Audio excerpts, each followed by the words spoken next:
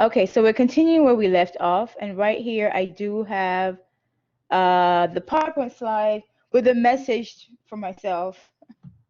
Since I do teach a lot of classes now, it makes it easier for me because I will ask, where did we leave off last time? And then nobody can remember. So I just write myself a note, start here. Okay, so when we left off last time, we were talking about elements and compounds, right? And so this is, let me make sure this is sharing. You guys can see what I'm sharing, okay? So we left off talking about pure substances. We defined what a pure substance was and what a mixture was and how you separated mixture, because I can see the picture right here. Okay, now we're looking at a pure substance as far as the element is concerned. We're told here elements cannot be decomposed or separated chemically into into simpler pure substances. Example, silver. Okay, it is difficult when you're looking at the macro level. Remember, the macro level is the level where you can see something with your eyes. It is difficult at that point. Okay, Jordan, hold on. Let me show this to, can you ask me this later on? Because when the recording happens, I have to actually post it. But if you are in the 32400, then I can show you where you can get it before I actually post it. But let me show you that in a little bit. Okay. Okay. So elements cannot be decomposed or separated chemically into pure substances. So with the element, if you're looking at the chemical by itself, it's tough to tell when you're looking at the macro level. Remember, the macro level is the level where you're seeing with your naked eye or your eyes with glasses. At that level, if you're looking at a chemical, it's difficult to tell if it's an element or a compound. But at the particulate level, you want to make sure you know that, okay? At the particulate level, let me show you what an element will look like. So let me add a page here. I always come back to this page. I'm on right now. You have element, and then you have compound. So at the particulate level, the element looks like this. So remember, the particulate level is that level of atoms and molecules. So you got atoms and you got molecules. So at this level, the element can either have just one atom per unit. This is called monoatomic. And mono here stands for one. Let's call it per unit, okay? So it will look like this, just individual atom. And we'll call this an element. If it's monoatomic like that, so let me give you monoatomic at different states, right? Just while I'm here. So remember, monoatomic just means single atom. So right here, monoatomic. Let me start with monoatomic solid so y'all can see what it looks like. Monoatomic solid. So you have single units, right? Single atoms per unit, but because it's a solid, it's kind of connected together like that. Okay? And then you have monoatomic liquid. So you draw the same circles, but you're going to space them out a little bit more. They can be touching, just not completely packed. Okay? Monoatomic liquid. And then you have monoatomic gas. Okay? These are all monoatomic because the individual unit is made up of just one atom. Mono means one, atomic means one, and you can look at it as per structure or per unit. In the gas, you want the gas spread out like this, and the gas atoms exist individually. Example of this is helium gas, argon gas, the group 8 gas, okay? The other gases in the periodic table, those are not monoatomic. So to continue with the conversation, let me try to show you what diatomic looks like. So now we're looking at elements, and these are diatomic elements. Like the name suggests, diatomic means the individual units are made up of two atoms. Okay, so two per unit. So with this one here, these elements in the periodic table that are able to exist diatomic elements. Well, if there are two atoms, how do we know they're elements? Because the atoms are the same. If the atoms are from different elements, then we know that they're actually common. So diatomic elements will look like this. Diatomic, okay? Now, if they're diatomic solids, you can arrange them differently so you can see that they're not, these are diatomic solids like that. Solids tend to be packed very close together. In the end, when you look at the atomic solid, it's hard to tell it was diatomic versus it was monoatomic, because in the end, it looks like a bunch of circles packed together, right? But this is essentially diatomic, and it's a solid, okay? For the liquid, I'll put them like this. They're kind of touching, but they're not really too close together. Just trying to draw like figure 8, sort of touching, but not too close together. So you can kind of tell it's diatomic because you can see the figure 8, right? It's not really figure 8, it's just two atoms stuck together. Diatomic. All of a sudden, I can't spell liquids. And then finally, you have diatomic gas. Okay, so with the gas here, you have just the gases separate like that. And you get the idea, right? Solids, liquids, and gases, the difference at the particulate level is the space between them. Gas have the most space, liquids have intermediate space, solids have the least space. Okay, so all these little circles I have drawn here represents to you monoatomic versus diatomic. Now, if they say triatomic, of course, that would be 3, right? 3 atoms per unit. So how do I separate that from compounds? I don't think I'm going to have such a big spread for compounds because compounds is a lot simpler. With the compounds, once again, at the level of the particular level of atoms and molecules, you don't really have a monoatomic compound, right? Compounds are usually made of atoms. So you have 2 or more atoms. Here you have 2 or more atoms of different elements. Okay? So 2 or more atoms of different elements. How do we show different when we're drawing? All the atoms are round, so we just use a different color or we shade one. So the example right here is this. So this would be a compound. So you see how the compound is different from the diatomic element. I'll say compound versus diatomic element.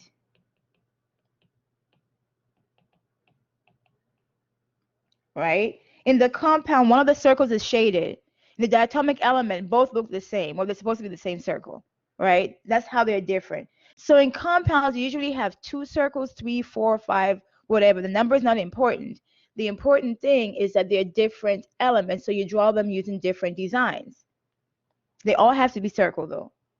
Okay?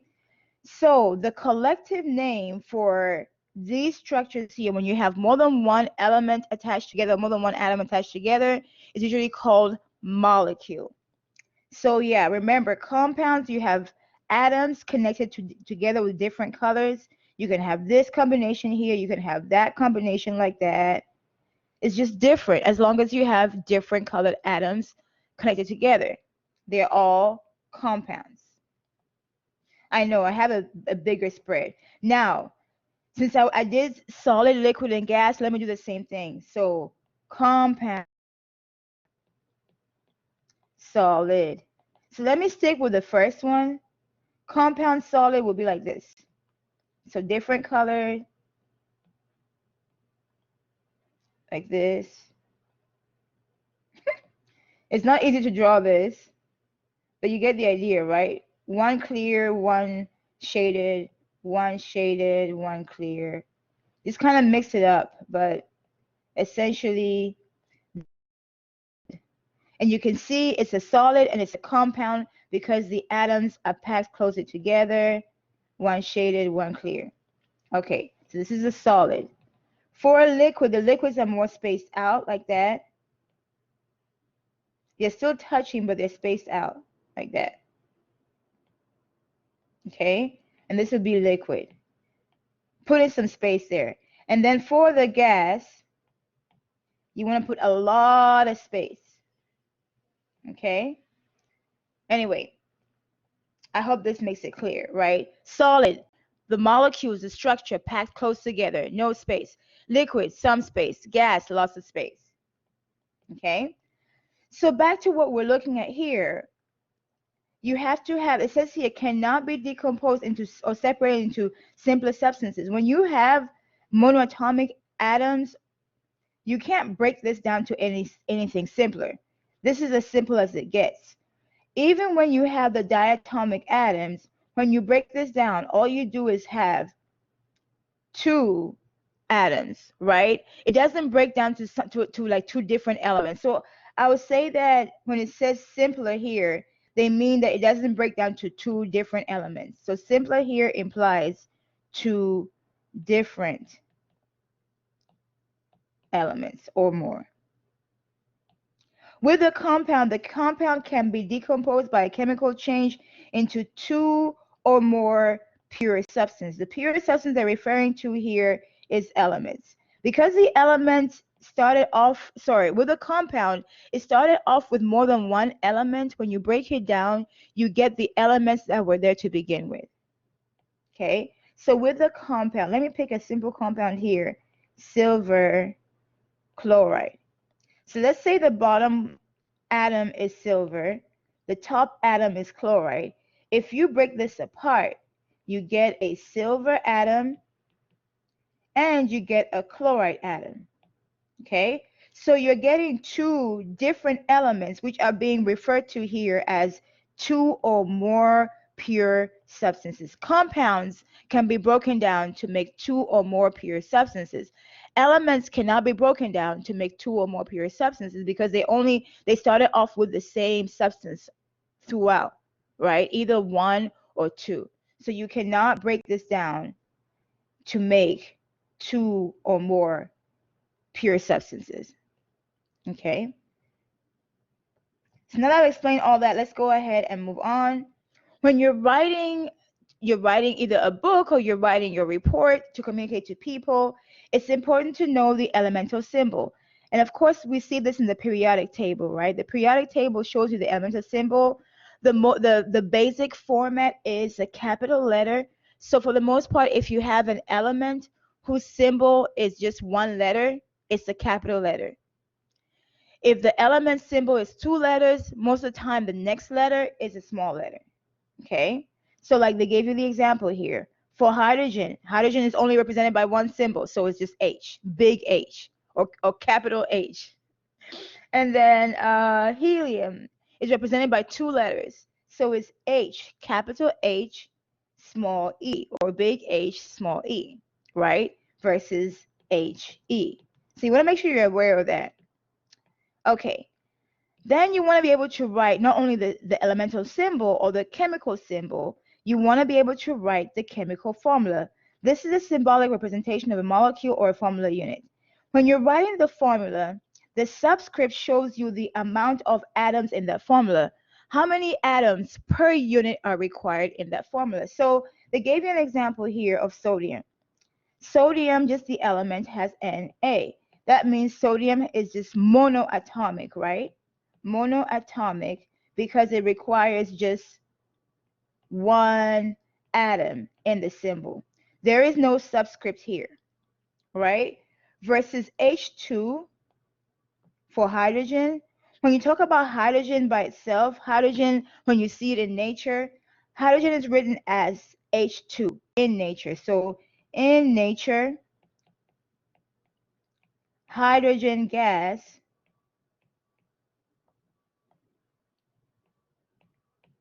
exists as diatomic molecule. Oops, diatomic. This morning I'm struggling with spelling the word diatomic molecule. So this will be H2. The 2 here tells you per unit or per formula, you have 2 atoms of hydrogen. So if you were asked to draw this out, you would draw it like we just did with the other ones, right? You would draw 2 circles like that. And that will represent hydrogen, versus if you were asked to draw sodium, because it's monoatomic, you would draw 1 circle per unit. Okay, so hopefully you're seeing the theme repeat over and over again. At some point, I realized chemistry was very thematic, as in when you're talking about certain things, we do the same thing all the time. So it made things a lot more, once I started making the connection, it made things a lot more simpler, not easy, but it became more familiar. Okay. So telling you here, the formulas of polyatomic elements use the elemental symbol and the subscript to show you the number of atoms. So let me kind of digress a little bit here and show you some other formulas that are not monoatomic. Sometimes phosphorus, phosphorus in nature sometimes is seen with 4 atoms, so it's going to be written as P4. That means when you see it in nature, there's 4 atoms of phosphorus per unit. Sometimes sulfur has 8 atoms per unit. That means when you find sulfur in nature, you find 1, 2, 3, 4, 5, 6, 7, 8. 8 atoms of sulfur connected together as a unit. Okay? So it's not just hydrogen that veers away from monoatomic. You have sulfur, you have phosphorus, and things like that. So while we're here, I want to introduce Brinkelhoff. I was actually taught Brinkelhoff by my students years ago, and I probably go over that again. So while we're here, let's talk about Brinkelhoff. We will go over this in context later on, but I want to talk about it right now while we're here. Brinkelhoff, this is not necessarily a name of a person. This is just elements that are diatomic. Elements that exist as diatomic molecules when alone. Okay? So when these elements are alone, if they don't form the diatomic molecule, they're not very stable. But we'll see later on, one of the goals of the elements, you know how humans have goals? We have goals. We have life goals. What do they say? Hashtag goals. I know. Elements have goals too. One of the goals they have is to be stable. Now, for us, stability sometimes means having a job, having that paycheck, having a place to stay, things like that. Elements, for them, stability means, we'll learn that later on, stability for them sometimes means having lower energy or being surrounded by 8 electrons. So in context, we will learn about elements' goals of stability. For these elements here, if they exist on their own and they remain monoatomic, they're not stable. It just has to do with the number of electrons. So they combine with each other, not like across, within themselves. Bromine combines to form Br2, I forms I2, N forms N2. Oops, I'm going out of sequence, out of order. N forms N2, Cl forms CO2, H forms H2, O forms O2, and then they can exist as single elements in the more stable form, and then F forms F2. So when they're in a compound, they break apart to form a compound. They just don't like to be alone. So by themselves, they form that diatomic molecule, and then they're happy and they're stable. Okay, so you want to make sure you write this down in your list. Brinkelhoff, the elements that do not like to be alone. Okay, when they find themselves alone, they form diatomic molecules. Do you guys have any questions? Okay, so if everything is good, let's go ahead and continue.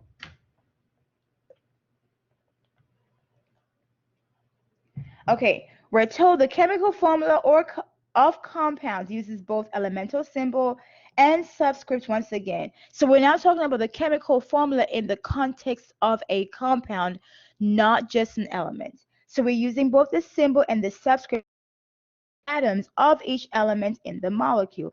For example, let me write H2O. H2O is water. In H2O, it shows you here subscript number belongs to the letter before it. So this shows you that this compound has 2 H atoms, right, per unit, and then there is 1 oxygen atom per unit. So in one formula unit or 1 unit of water, 1 formula of water, you're going to have 2 hydrogen atoms and 1 oxygen atom. Okay, so the subscript shows you that the nothing that's written here just tells you that it's 1. In chemistry, times when it's 1, it's implied, and then they assume everybody. When I was a student, I wasn't everybody because I had no idea what was going on. When I first learned chemistry, I'm like, what in the world is going on? Yeah. So here in the example, they say hydrogen chloride. Based on this, right here, you can see, since it's HCl, you have 1 hydrogen and you have 1 chlorine, right? How do we know that? Because nothing is written in front of the hydrogen. That means that number 1 is there. And it tells you the molecule contains 1 atom of hydrogen and 1 atom of chlorine. So it's 1 of each. Of course, I already gave you guys the example of water, H2O. In the place of water, let me give you glucose, C6H12O6. This is glucose, right? A carb. Y'all see why it has a lot of calories? It's a lot, right? A lot of energy. We'll talk about that later on.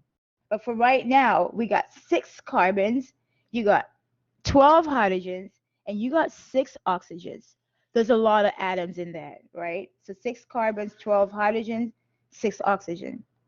Okay, for this one here, you have 1 barium and 1 chlorine.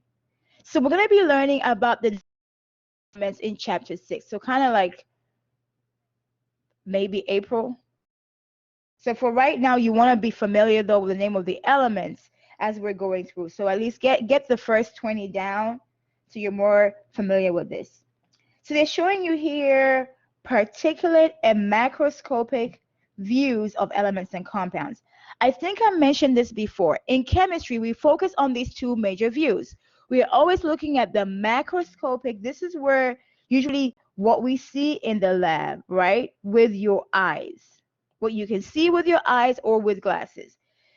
Particulate level, this is more like the model level where you're trying to draw what you saw and explain what's going on. Usually particulate level, we're talking about the atoms and molecules. So here, atoms and molecules. The little bead looking things, or the, right? So you can see particulate, all of these are particulate level. Okay, so here we know helium is a gas, right? They only showed 1 helium.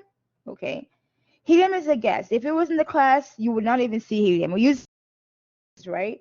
But the atoms will be separate. They're monoatomic. Sodium is a metal. So particulate level is monoatomic. So you see how they drew it like this? If you were to see it in the lab, sodium metal, it looks like that, like a metallic look. It's a solid. You can cut it. It actually reacts with water to form, like it flames up with water. Moving on, we have barium here. It's metal also. This is very reactive, so they put it in water. And then you have hydrogen gas. So you see how hydrogen is part of that Brinkelhoff family? So you see how they drew it as diatomic? The rest of these was monoatomic, mono, mono, mono. You can tell how these 2 are solids, right? The way they're packed. This is diatomic, it's a gas. This is also diatomic, it's a gas. Chlorine is diatomic, it's a gas. Hydrogen and oxygen are both colorless. Here, chlorine is a green gas. So just realize that. Here we know, by the way, going back to these, you see how what I was discussing before comes to play here? In all these here, you can see they're element, element, element. How do I know that? All the atoms look like each other. Element. Here we have a compound. How do I know this is a compound? The left gray circle does not match the green circle on the right. So this is a compound. And it's also a gas. This is a compound, liquid, water. This is a compound, solid. I couldn't draw this very well, but they have drawn it here. So make sure you're familiar with how compounds look. Make sure you study this table. And this is another compound, and it's crystalline solid, okay? It will help you out with your homework and on the exam. So to summarize what we've seen so far, we have matter, right? We talked about matter. Matter was classified like a gas, a liquid, and a solid. You have matter.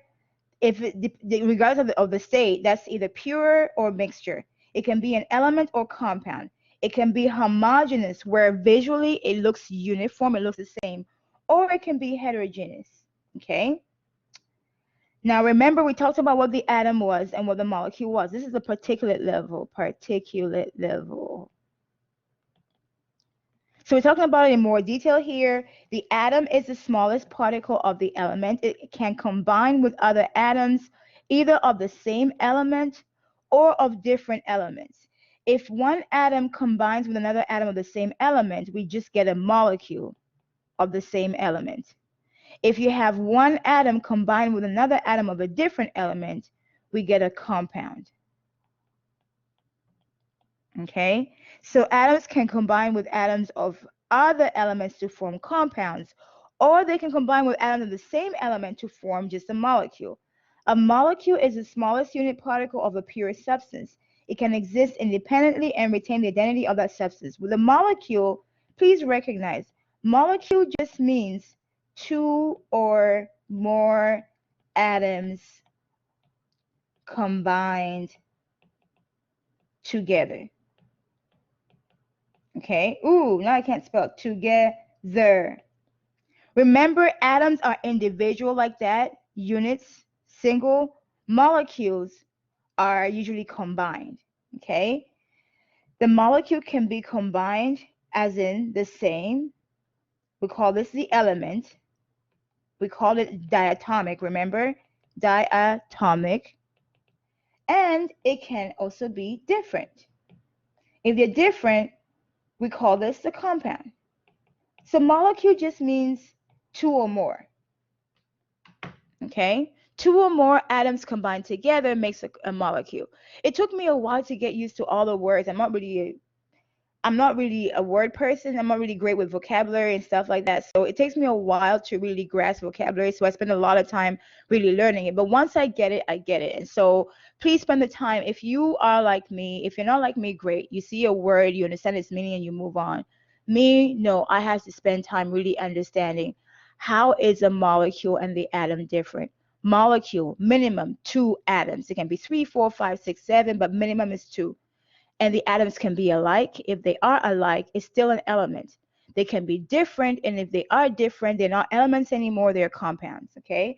And I do have a worksheet where we'll use the worksheet to go over elements and compounds, mixtures, and all this stuff, so we can make sure we understand this part here. Okay, so in chapter 1, we're learning a law. Now in chemistry, there are a lot of laws that explain the behaviors of elements. I think of chemistry kind of like sociology and psychology of elements versus of people, right? You're trying to figure out how the element exists on its own. And then you're trying to figure out how the element behaves with other elements. Same thing with the compounds. So as we're trying to look at their behavior, we're making certain assumptions and we're coming up with certain laws that governs the behaviors of these elements and compounds. The law of definite composition actually applies to compounds only. Compounds only. Okay? So this is talking about a composition. So when you say composition, right? Composition is pretty much the ingredients. What is inside something? If you are a person who watches your diet and make sure that you're eating healthy food, then you're usually concerned about the ingredients inside the food, right? How much sugar is there? How much salt is there? That's just the composition of the meal you're about to eat.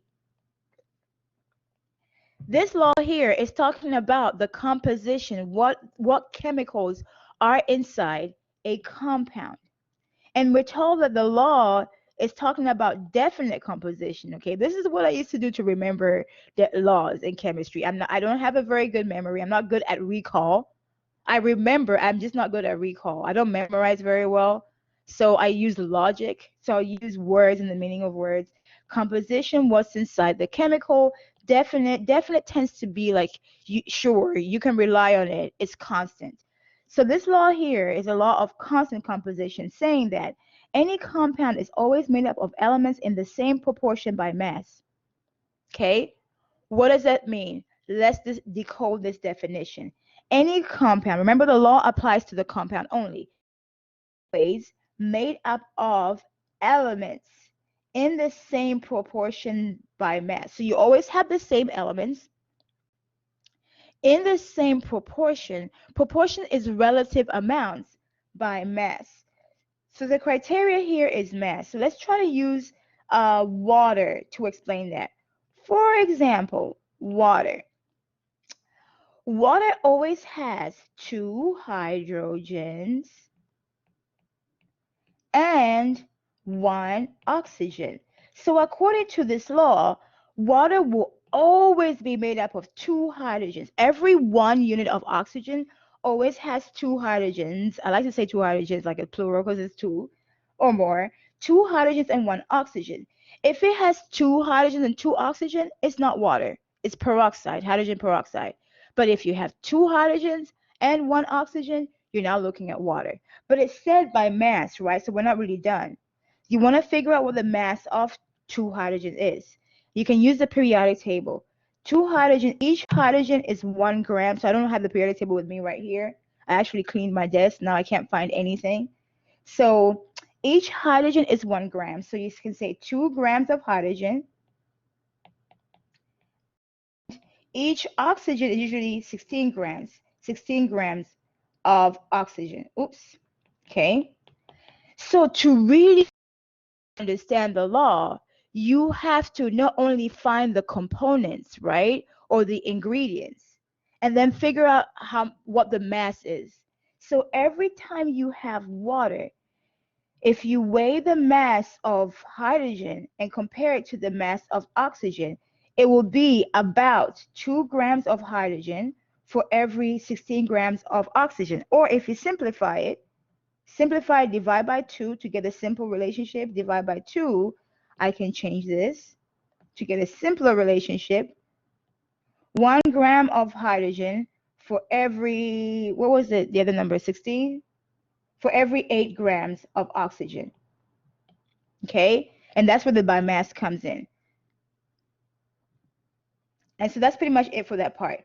I have one more part to explain, which is static electricity and then electrical charge. We know from experience that matter, even when matter appears neutral, it actually has electricity in it, or it has electrons, it has positive and negative particles, right? We haven't talked about it yet, so for right now, we'll just call it electricity. So we have a thing such as static electricity.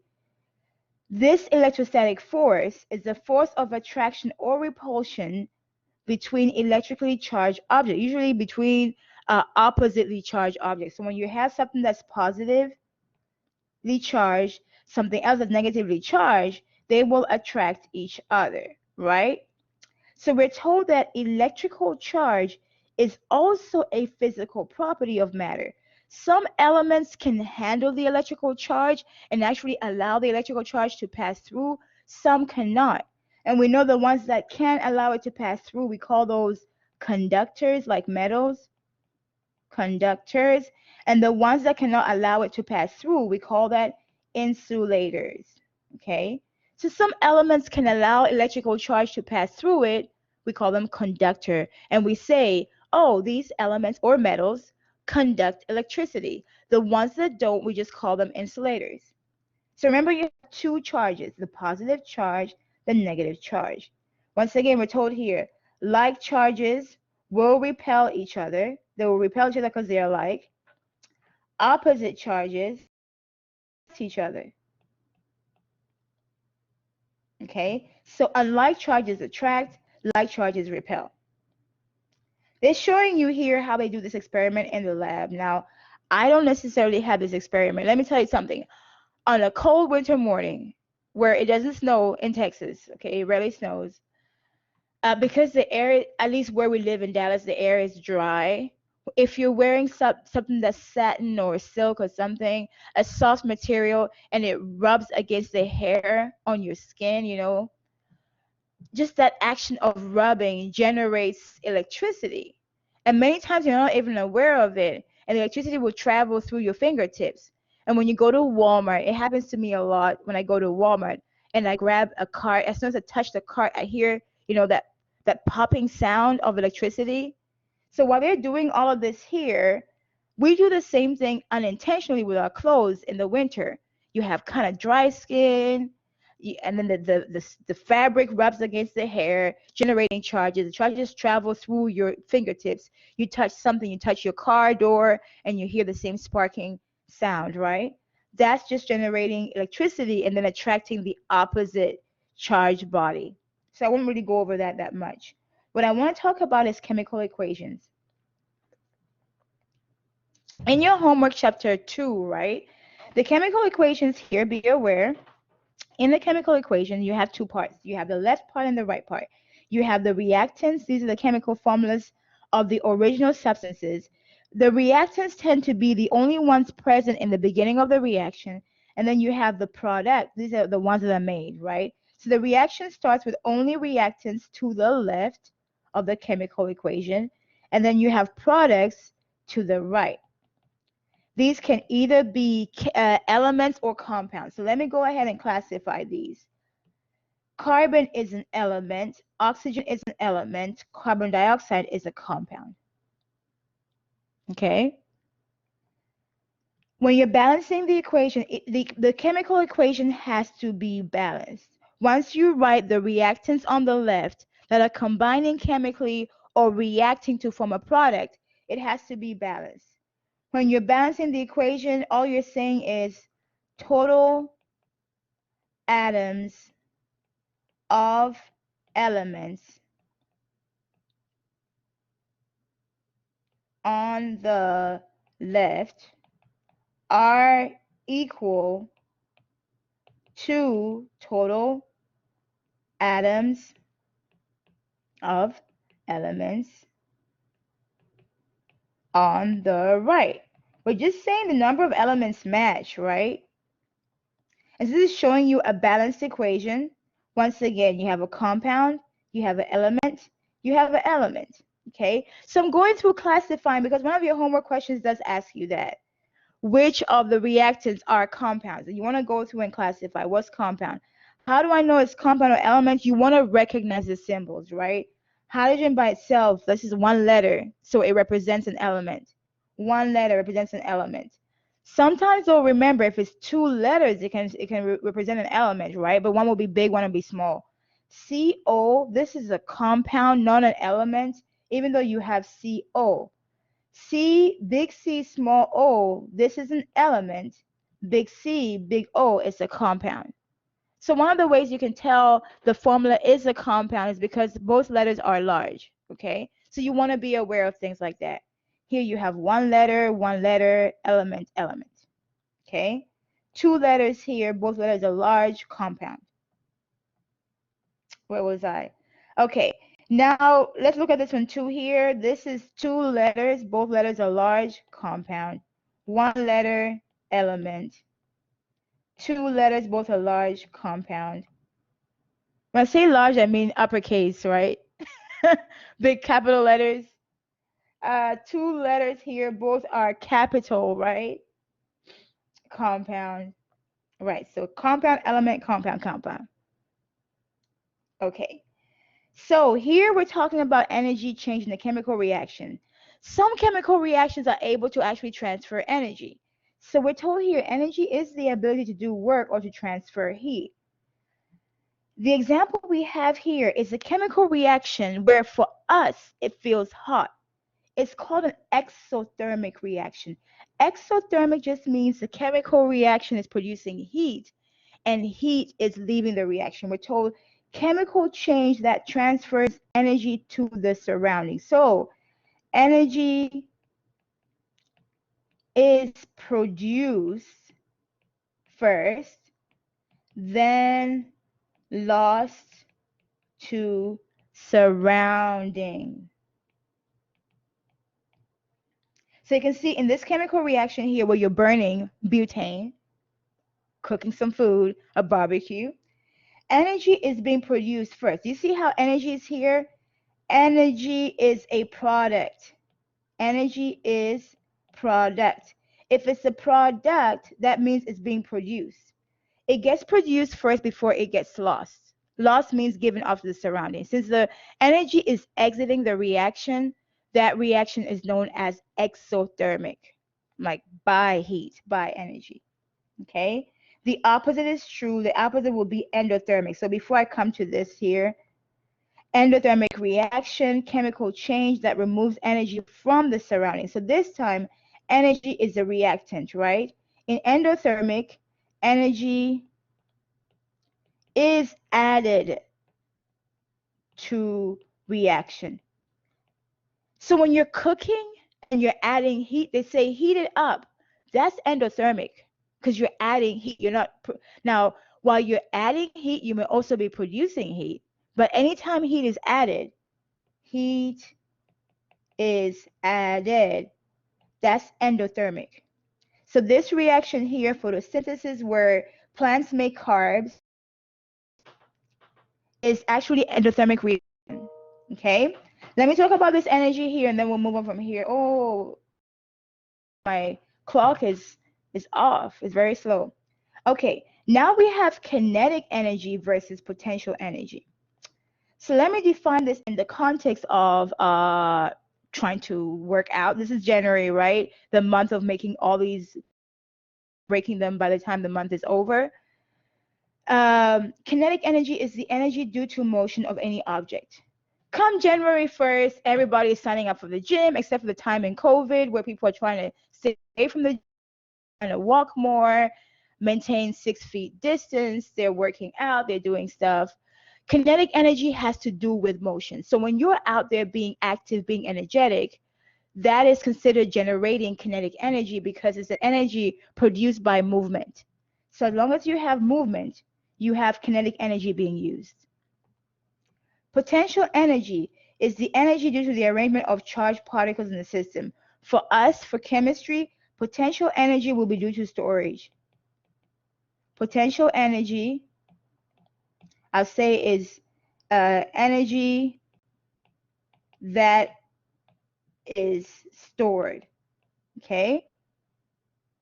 Like in a chemical bond. When you ate all that food from Christmas and New Year, what you were doing as you were eating it and not really moving around, you were creating a lot of potential energy. You ate the food, you lounged around, caught some Netflix, weren't moving around a lot. Your body was processing the food and then storing all the excess energy that you weren't doing anything with as potential energy. And then comes a new year. When New Year comes, you're like, new year, new me. I see all the stuff on social media and I'm like, really? Okay. No, same you from last semester or from the fall or from December into the new year. But I get what they're trying to say. What I hear is they're about to convert some potential energy into kinetic energy. They're going to take all the energy that they stored, all the extra weight they have, they're going to work it off, convert this into kinetic energy and burn it off. Okay? So kinetic energy is generated when you're moving around. Potential energy is when you're storing energy. Food is potential energy. Batteries, potential energy. Gasoline. Anything that is essentially considered potential energy. Stored energy is potential energy. Okay. Finally, we have two laws, two additional laws. The law of conservation of mass. Conservation means keep the same. Okay. Keep the same. This is the law that is saying that you want to keep something the same. What are we trying to keep the same? Mass. Context. Where do we apply this law? This law is usually applied in the balanced equation.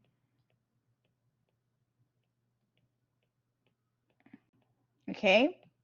Referring to the balanced equation.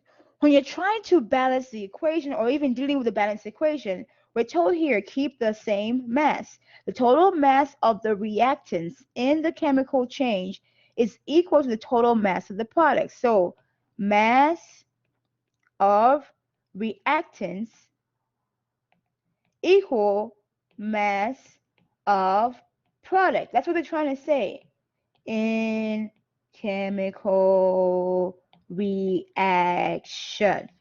Okay?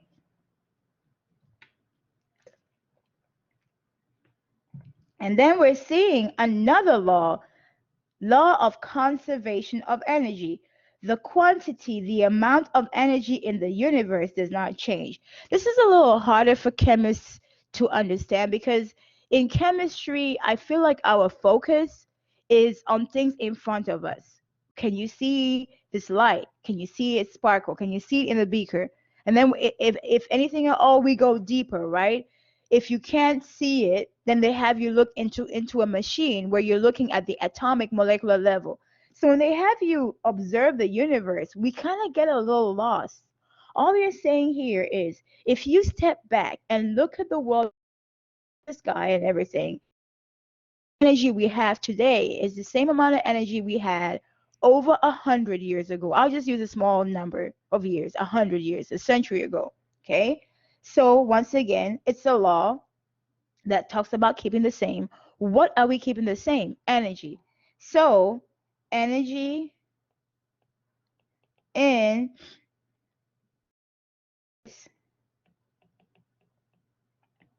is constant. Okay. So usually when I get to this point, I talk about this, right? I like to kind of poke the bear just a little bit. I'm like, okay, so if this is a law, you know how there's a law of seatbelt? That means you wear the seatbelt or else you violate the law, and usually you have the fine. In chemistry, you don't get a fine. You don't get fined, but the laws are there to say this is what's going to happen, whether you like it or not. Okay. So energy in the universe is constant. Okay. Have the politicians seen this statement? If they haven't seen this statement, at least somebody who works in their office has seen this statement, right? You know how they have the Environmental Protection Agency, the EPA. People who are hired there are usually scientists, people who have a chemistry background. So if you ever want to work there, it's important to know chemistry. So these are the people who would advise the president or the leaders, right? The mayors, whatever, the other leaders, governmental leaders. Yet these mayors, governmental leaders go out there and say, we have an energy crisis and we are running out of energy. So how is it true that we are running out of energy? Ooh, now I can't spell the word running. Y'all, I can do this. Running out of energy. How can you run out of energy when energy in the whole universe, in the whole world is constant? So how are these two statements true? Let me tell you something. Both statements are true. I know both statements are true. So how can you run out of something when, how are we running out of energy when the energy in the universe is constant? What do y'all think? Is somebody lying? I just told you both these statements are true. But how is this statement here true while this top statement is true?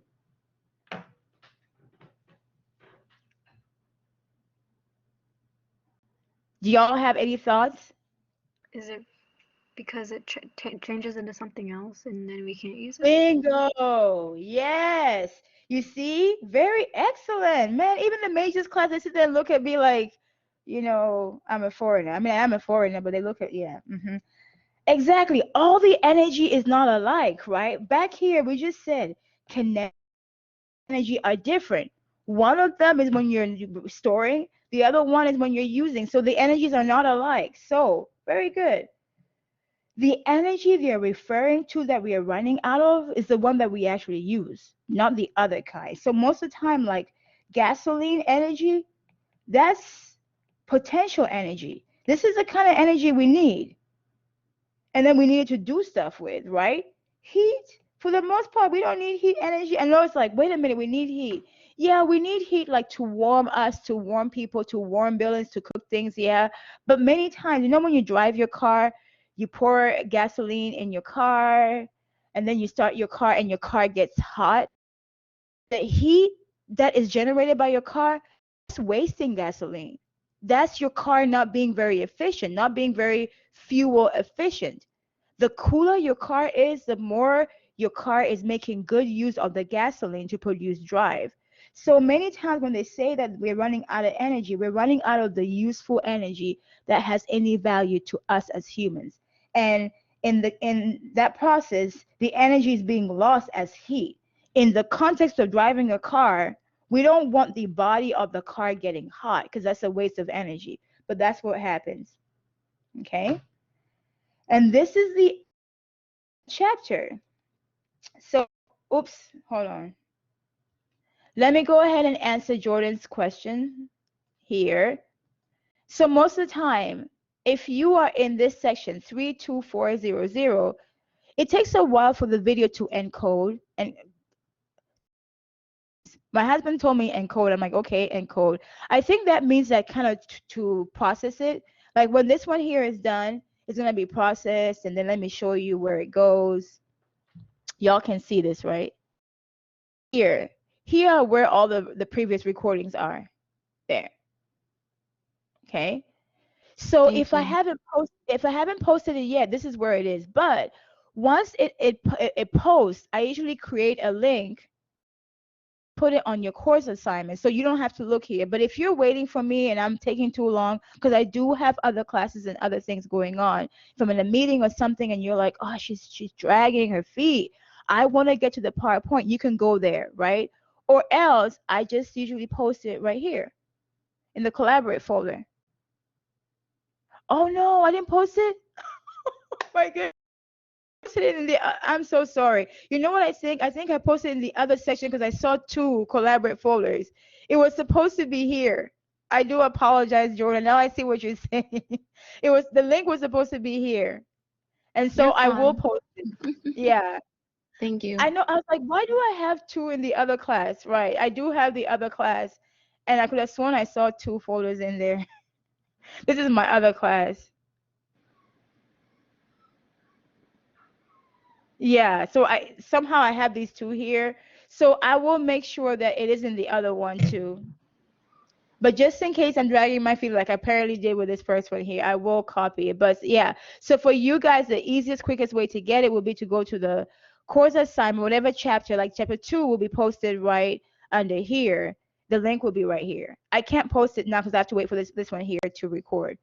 Okay. Actually, let me, yeah. So you go over here, click on it, and you see the link. Then you can access it. Okay, let me see how much time I have. Okay, so do you have any other questions about, let me